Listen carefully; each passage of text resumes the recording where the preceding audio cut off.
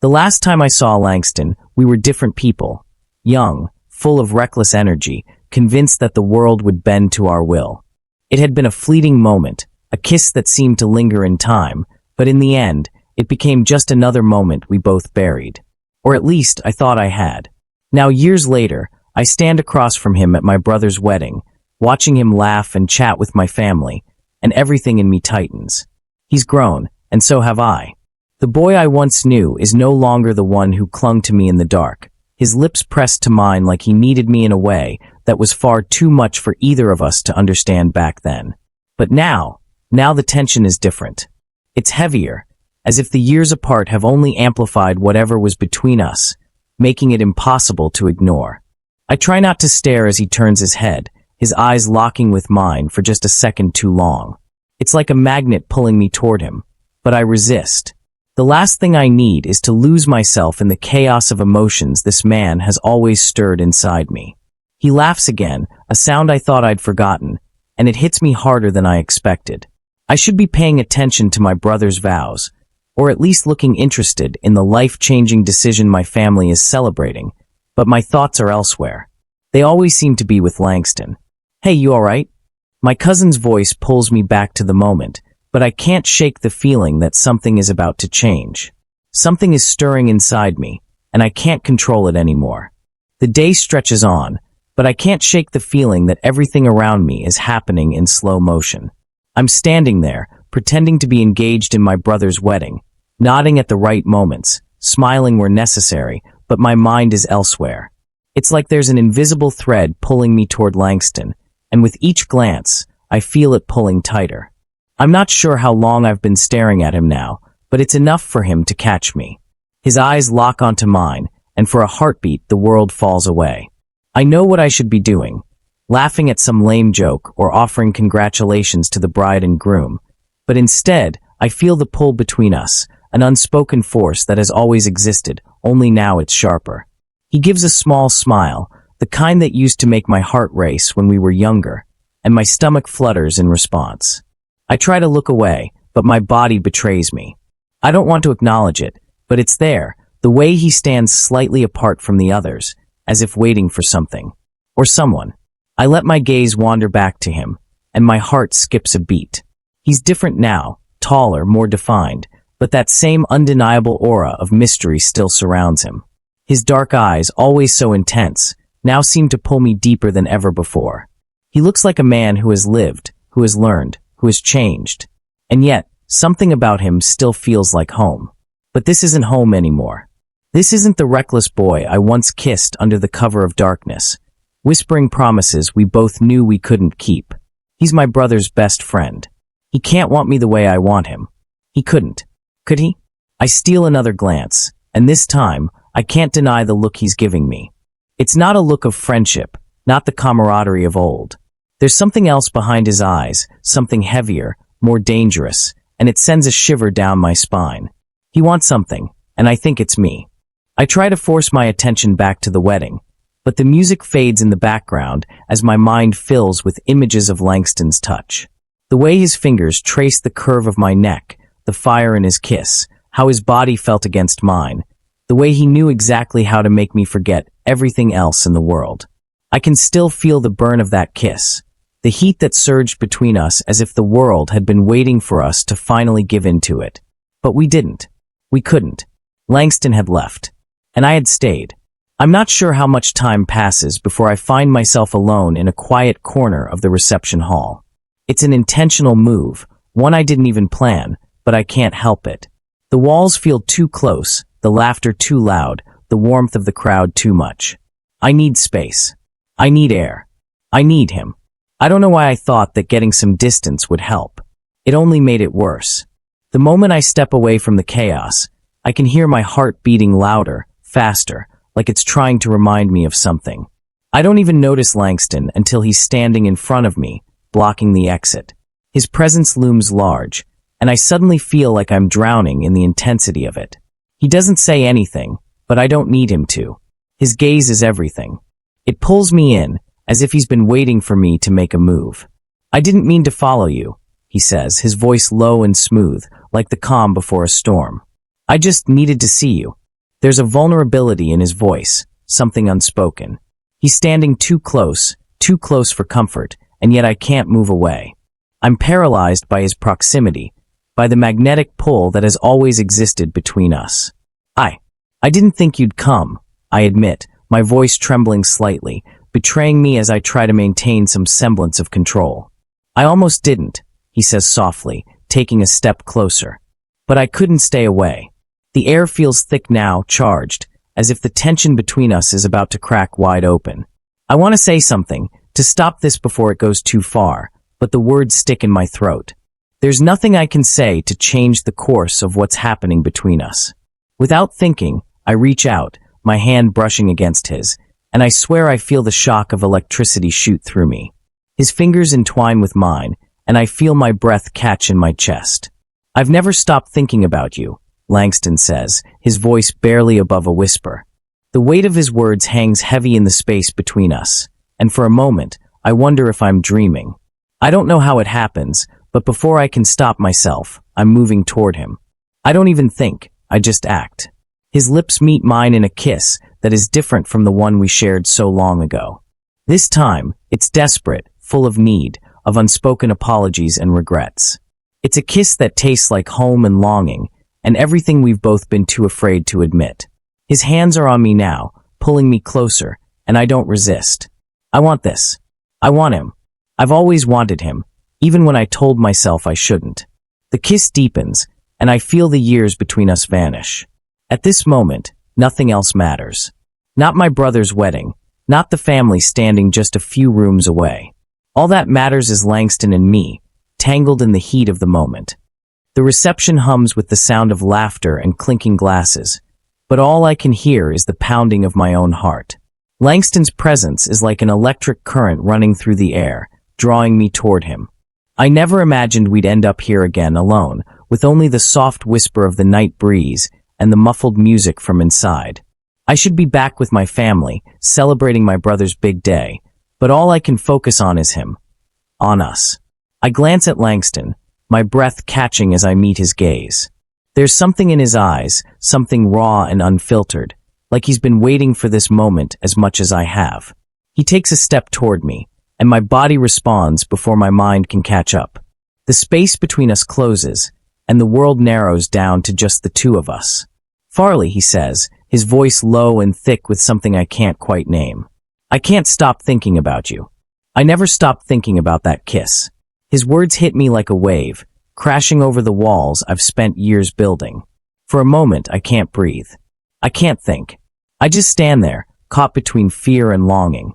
Langston, my brother's best friend, the one who disappeared from my life without a trace, has been thinking about me? After all this time? I don't know what to say. 1,000 thoughts rush through my mind, but none of them seem right. The weight of the situation presses down on me, and yet I can't bring myself to pull away. The truth is, I've never stopped thinking about him either. Not really. I've tried to bury it, to move on, but he's always lingered in the back of my mind, a shadow that never quite fades. I open my mouth, but the words get stuck. How do I explain to him, to myself, what this is? How do I tell him that every moment apart from him felt like a lifetime of regret? Before I can find the words, Langston steps even closer, closing the final gap between us. His scent is familiar, earthy, a little musky, like the kind of man who's seen the world but still remembers where he came from. And then, before I can stop him, his lips are on mine. It's as if a dam has burst. The kiss is everything I remember, and more. It's fire and heat, and everything I've been afraid to acknowledge. His hands are on me, pulling me closer, and for a moment, I forget everything. I forget that he's my brother's best friend. I forget the consequences. I forget the past. All I know is that this moment, this connection, is something I can't escape. My fingers tangle in his hair, and I feel his heartbeat against mine. It's fast, urgent, and I can feel his desire matching my own. The kiss deepens, and I lose myself in the taste of him, in the way he knows exactly how to make me feel alive in a way I never thought possible. We break apart, both of us gasping for air, but neither of us moves. The silence between us is charged, heavy with the weight of what we've just done and what it might mean.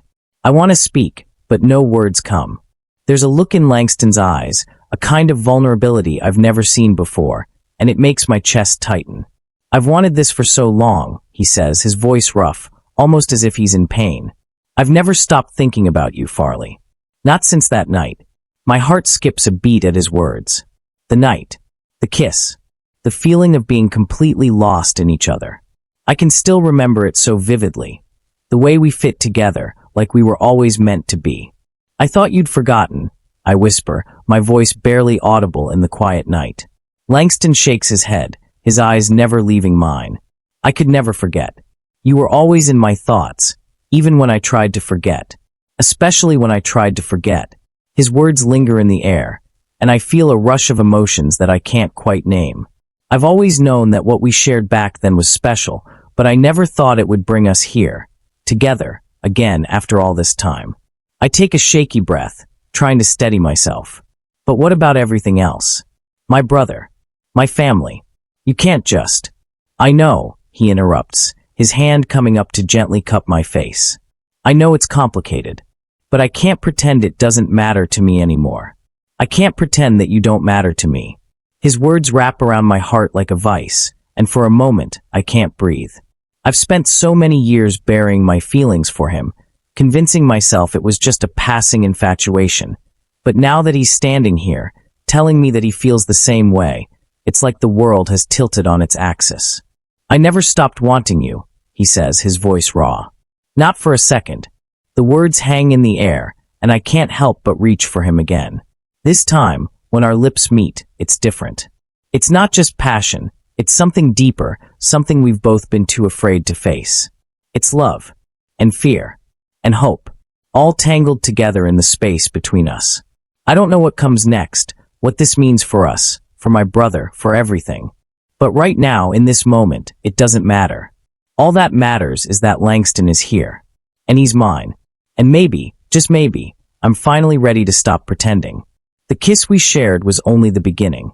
The intensity of it, the raw, unfiltered connection, lingered like an electric pulse running through my veins. Langston's presence consumed me, and the world around us seemed to fade into the background as we stood there on the balcony, words forgotten in the wake of our need for each other. The night, with all its bright lights and laughter, seemed like a distant memory when Langston led me through the maze of corridors of the venue. His hand was warm on my back, a silent promise that neither of us could resist anymore. Every step we took felt like a confession, each one pulling us deeper into a place where we no longer cared about what was right or wrong. We found ourselves in a secluded corner, the music from the reception muted, but still carrying in the distance. In that small, dimly lit space, everything seemed to close in on us. The air, heavy with tension, the world outside, distant and unimportant. Langston turned to me, his eyes dark with desire, but there was something else there too, vulnerability, something I hadn't seen in him before. His lips brushed against mine once more, gentle but firm, as if asking for permission to cross the line we'd both been dancing around for years. I could feel the pull between us, magnetic, undeniable. And though a voice in my head screamed that this was wrong, this was my brother's best friend, someone who had always been a part of my life, I couldn't stop myself. The truth was, I didn't want to stop. Not now, not when Langston's touch made my skin burn with longing. His hands were on me, guiding me closer, and I let myself be swept away by the feeling of him. There was no fear, no hesitation, just the heat of the moment, our bodies pressed together as if they were made for this, made for each other. The weight of everything we'd been avoiding, the history, the loyalty, the guilt, faded into the background, replaced by the overwhelming need to feel everything. His lips moved down my neck, the sensation sending a shiver through me. I gasped, the feeling of his breath on my skin almost too much to bear. I wanted to pull him closer, to erase the distance that still lingered between us, but something inside me held back. This was a line we couldn't uncross, and once we did, nothing would ever be the same again. I shouldn't be doing this, I whispered, but the words felt like an empty protest, barely audible in the stillness of the room. Langston paused for a moment, his breath warm against my skin. He pulled back just enough to look me in the eye, his expression conflicted, yet there was a quiet certainty in the way he held me. I've wanted this for so long, he said, his voice hushed but full of intensity. I don't care about the rules anymore. I care about you. The words hit me harder than I expected.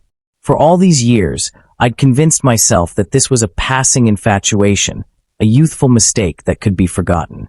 But standing here, with Langston so close, I realized that I'd never truly moved on. Neither of us had. I closed my eyes for a moment, taking a deep breath, trying to steady the whirlwind of emotions inside me. What were we doing? Could we really go down this path? And if we did, could we ever go back? When I opened my eyes, Langston was still looking at me, waiting, as if he'd already made up his mind. He leaned in again, capturing my lips in a kiss that was both tender and urgent, as though he was trying to convey everything he couldn't say with words. My body responded before my mind could catch up, my hands moving to his chest, feeling the rapid beat of his heart under my fingers. There were no more words, just the press of our bodies, the heat of our skin, and the overwhelming desire to connect. Time seemed to stretch as we gave in to the chemistry between us, each touch feeling like a stolen moment. And then, just like that, we were tangled together, lost in the weight of everything we'd been running from, yet unable to stop. For a moment, it felt like the world outside didn't exist, like nothing could touch us here, in this quiet corner of the venue, where everything was stripped away. It was just Langston and me, two people caught in the aftermath of a shared history, trying to find a way to make sense of everything that had led us here. After the first round, we snuck into the hotel to continue our passionate encounter. The morning light filters through the curtains, casting a soft, golden glow across the room. I slowly wake, tangled in the sheets, the warmth of Langston's body still pressed against mine. My head is heavy, and the overwhelming weight of last night crashes down on me all at once. It feels surreal, like I'm still dreaming, but the dull ache in my chest is a cruel reminder that I'm wide awake. What have I done? I close my eyes for a moment, hoping that when I open them again, everything will be different. But the reality remains. Langston is here, beside me, the man I've wanted for so long, but also my brother's best friend, the person I've known for most of my life. And now the lines have blurred. We've crossed a boundary that I can't uncross, and the weight of my betrayal sits heavily in my gut. I shift, pulling the sheet up around me as I sit on the edge of the bed, my hands trembling. The air feels thick, suffocating. I glance at Langston, but he doesn't stir. His face is relaxed in sleep, the faintest hint of a smile tugging at the corner of his lips. For a moment, I let myself watch him, just watching him breathe. The man I've dreamed about, the one who's been in my heart for so long, now a reality that feels too dangerous to be true. But then the thoughts flood in, my brother. His wedding. The promises I've made. How could I have let myself get to this point? I've betrayed him, my own flesh and blood, for a fleeting moment of passion. The guilt consumes me, a storm of confusion and shame. I can't even face my own reflection, let alone explain to my brother what I've done. I need to leave, to get away, to think. But when I stand up, Langston stirs, his eyes fluttering open, and he looks at me with that soft, knowing gaze. It's like he can feel the weight of my turmoil too. He doesn't speak, doesn't ask me to stay, but the silence between us is thick with unspoken words. I should go, I whisper, my voice thick with emotion. The words feel foreign coming from my lips, but I know they're true. This moment, this thing between us, is nothing short of dangerous. It can't go on. Not like this. Langston sits up, rubbing a hand over his face. Farley, he says, his voice low, almost pained. We can't keep pretending this doesn't matter. It's not just about last night. It's about what we've been avoiding for so long. I can't pretend like it's just going to go away. His words hit me harder than I expect, and I feel a lump form in my throat. I know, I say, my voice barely a whisper. But what do we do now? We've crossed a line, Langston. My brother, he's everything to me. His expression darkens, and I see the conflict in his eyes. He stands up, walking toward me slowly, his movements deliberate. I know he's your brother, and I get it. I do. But I'm not asking you to choose him over me. I'm not asking you to throw away everything we've shared just because it's inconvenient. But I won't pretend like it doesn't matter. I won't hide anymore.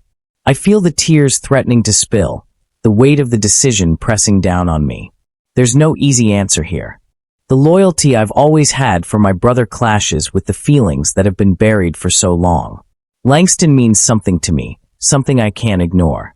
And I can't deny that a part of me has wanted him for years, in ways I never allowed myself to understand. But the cost of pursuing this, of choosing Langston, is immense. What happens now? I ask, my voice breaking.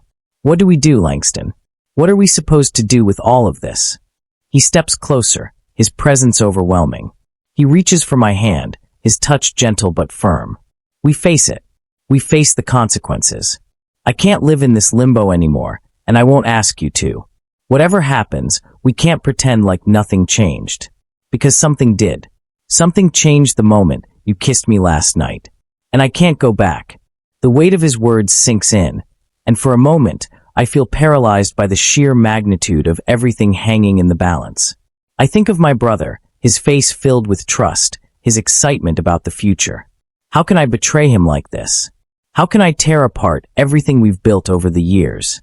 But then I think of Langston, the man I have loved for years, the man who understands me in a way that no one else ever will.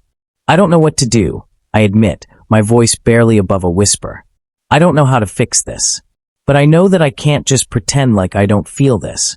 Whatever this is.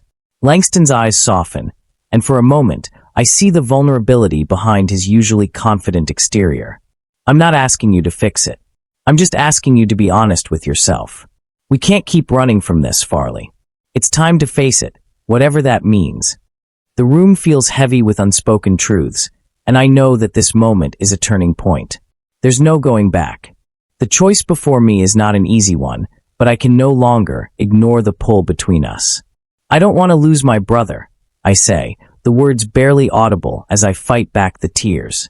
But I don't want to lose you either. Langston's expression softens, and he pulls me into a tight embrace. You won't lose him if you're honest. But you'll lose yourself if you don't start living for what you want. Not just what you think you're supposed to want. I close my eyes, letting the weight of his words sink in. For the first time in years, I feel like I'm finally being honest with myself. I don't have all the answers, but maybe, just maybe, I can start being true to what I really need, what I truly want.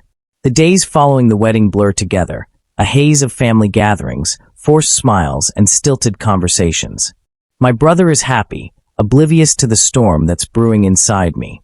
I try to be the supportive sibling, to stand by him as I've always done, but every time I look at him, I see the weight of my betrayal in my own eyes.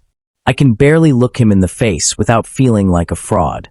My heart aches, knowing I've shattered the trust he's placed in me. Langston and I share secret glances from across the room, moments where our eyes meet and the world seems to pause. A flicker of desire, of longing, always lingering in the air between us. It's as if we're the only two who know the truth, and we carry the burden of it silently. It's dangerous, reckless even, but it's also undeniable. The pull between us hasn't lessened. It's only grown stronger, more intense. Every time we're in the same room, I can feel the electricity between us, a current I can't escape. I try to push it away, to bury it beneath layers of guilt and obligation. But the more I try to suppress it, the more it rises to the surface. The weight of betrayal presses on me, suffocating me in a way that's hard to explain. But I can't ignore it anymore. I can't ignore him. Langston knows what I'm going through, even without me saying a word. He's not blind to the turmoil I'm in, and neither of us can keep pretending that this is just some passing moment.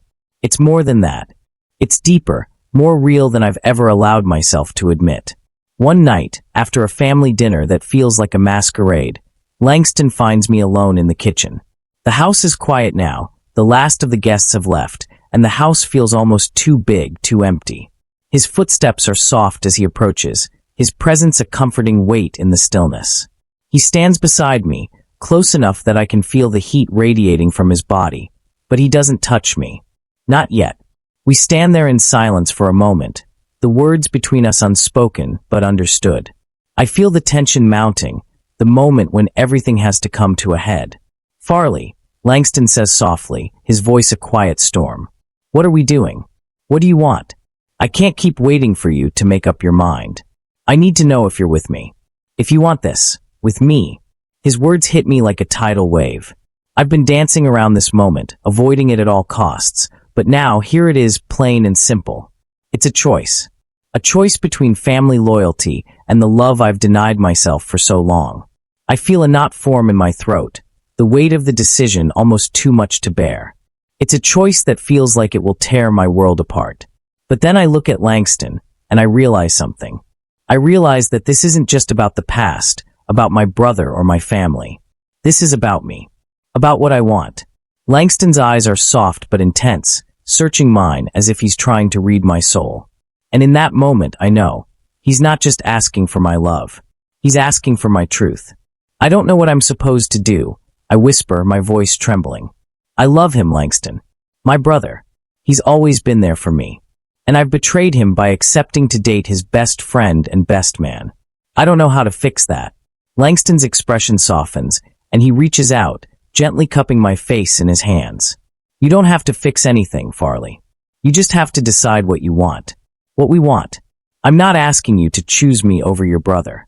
But I need to know if you're willing to choose us. This, what we have. It's real, and it's worth fighting for. His words sink deep into my chest, settling into the cracks in my heart. I've been so focused on the consequences, on the betrayal, that I've forgotten to think about what's best for me. What's best for us? Langston is here, right in front of me, and he's offering me something I've longed for, but never allowed myself to fully accept. I'm scared, I admit, my voice barely audible. I don't want to lose my brother. I don't want to lose everything I've worked for. Langston's eyes soften with understanding. I know, Farley. But sometimes we have to take risks. Sometimes we have to choose the life we want, even if it's not what we thought it would be. I close my eyes, the weight of his words settling over me like a heavy blanket. The decision is mine. And for the first time, I realize I can't keep living for others. I can't keep hiding from my own desires, my own heart. When I open my eyes again, I find Langston waiting, his expression full of hope and love. I know now what I have to do. I choose you, I say, the words coming out in a rush, as if a dam has broken inside me. I choose us. I want this. I want you. Langston's face lights up, and before I know it, he pulls me into a tight embrace, his lips crashing against mine. There's no hesitation now, no doubt. Just love. Real, raw, undeniable love. The choice has been made. And as I hold him, I know that no matter the challenges ahead, no matter the obstacles, we'll face them together. Because this love, the one I've always craved, the one that's been waiting for me all along, is worth everything. And no matter what the future holds, I know one thing for sure. We'll face it side by side, with the love we've found and the courage to stand by it.